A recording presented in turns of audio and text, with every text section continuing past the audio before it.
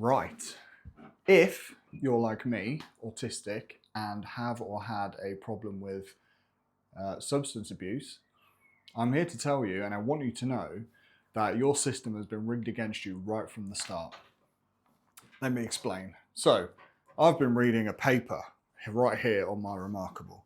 This paper is called Increased Risk for Substance Abuse Related Problems in Autism Spectrum Disorders, a population-based cohort study. Now this was done, it was published in 2016 in Sweden, so loads and loads of clever people from Stockholm did this. And I'm going to read the abstract out because, funny enough, it actually summarizes everything really, really well.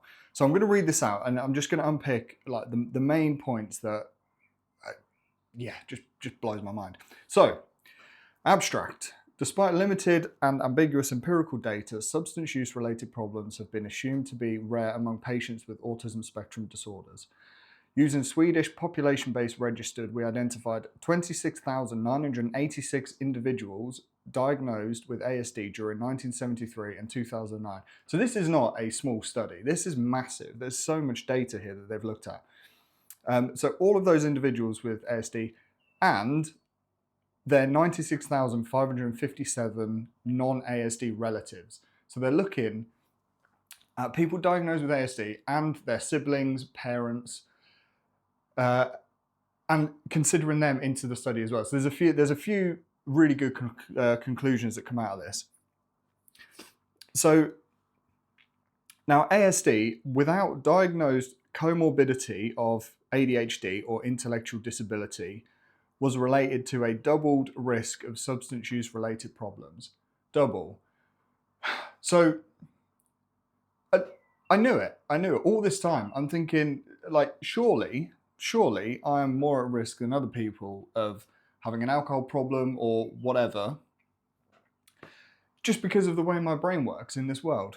And there is studies out there that are proving it, and not small studies either, looking at loads and loads of people. So, and the key things is, so without intellectual disability, so that's the first important point. So as it mentions right at the beginning, it's always been assumed that having autism would protect people from substance use related, substance abuse, related problems, because they'd have very strict routines, and they wouldn't succumb to peer pressure events. They wouldn't want to go to social events and sort of engage in that kind of behavior. And that would be true for people with intellectual disability. And so that's always been the kind of belief. And what this sort of study has done is said, yeah, that is true for people with intellectual disability.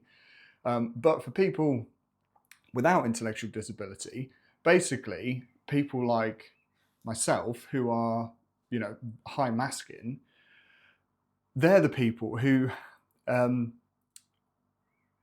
more at risk of substance use related problems.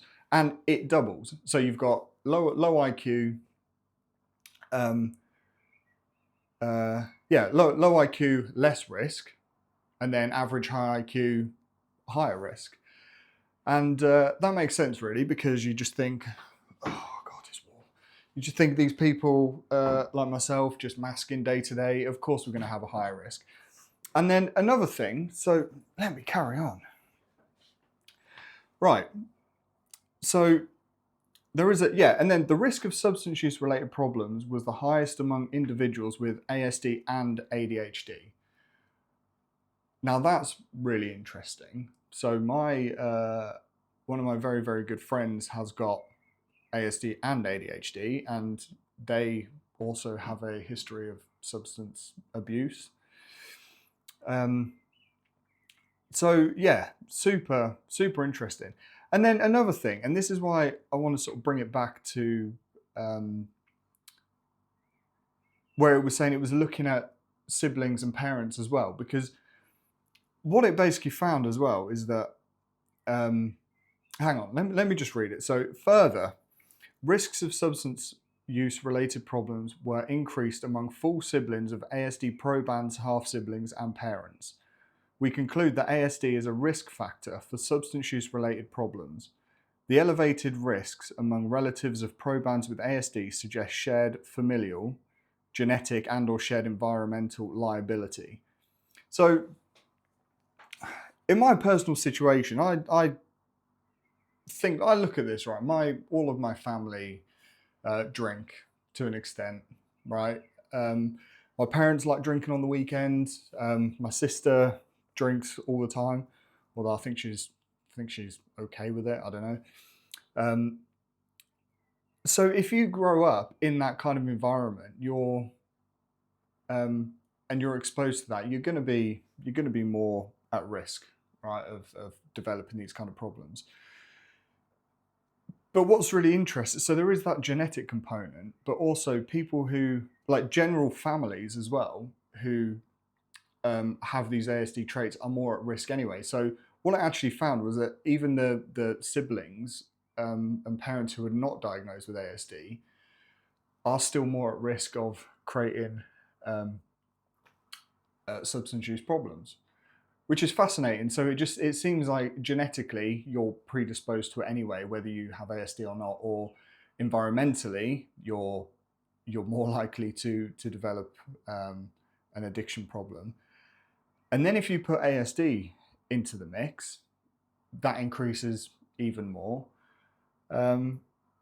double. And then if you add ADHD into that as well,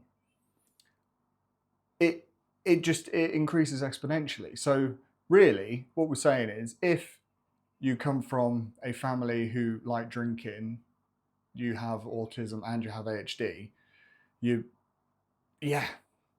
it's really, really rigged against you, unfortunately. So I do find this validating, to be honest. I do find it a bit validating, considering I come from a family who are big drinkers. And hi Murphy. Yeah, and obviously having, being diagnosed with autism. So, okay, you okay? You're gonna calm down?